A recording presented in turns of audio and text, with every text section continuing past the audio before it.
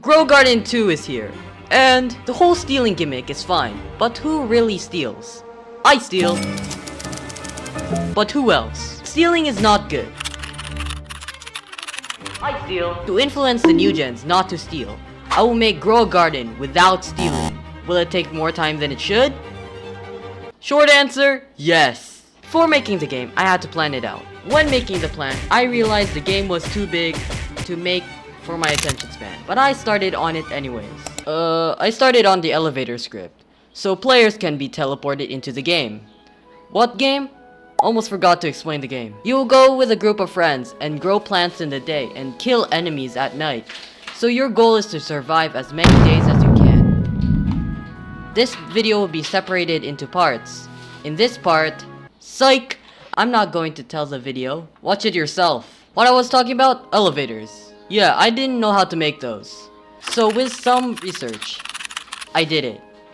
Huh? Turns out this variable shouldn't have an uppercase.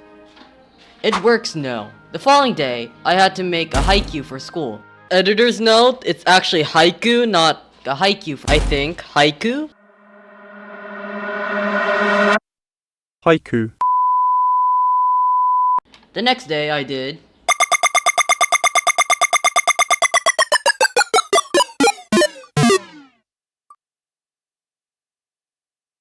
day and night cycle. I thought this would be a bit hard, but actually it only took around 30 minutes. I also made a client version to focus on the visuals. I made tweens to transition from day to night.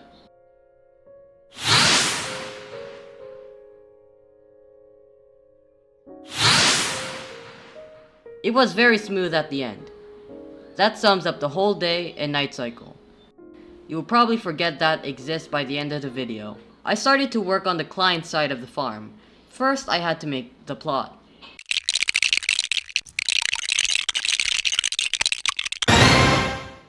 Call it simple, don't call me lazy.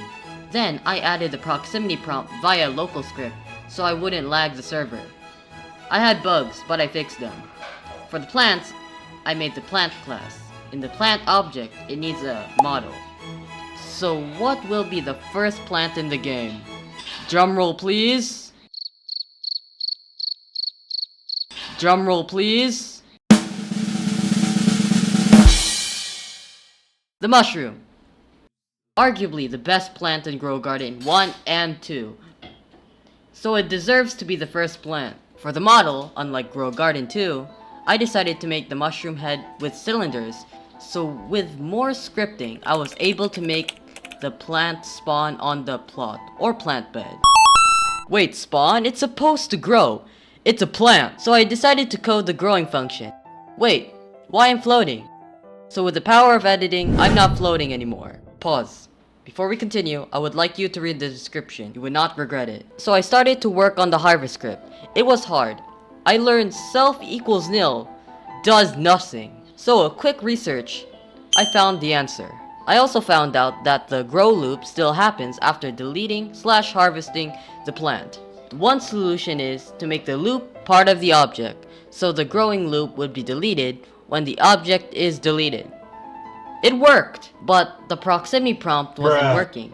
With the power of coding, I fixed it, and harvesting is 90% complete.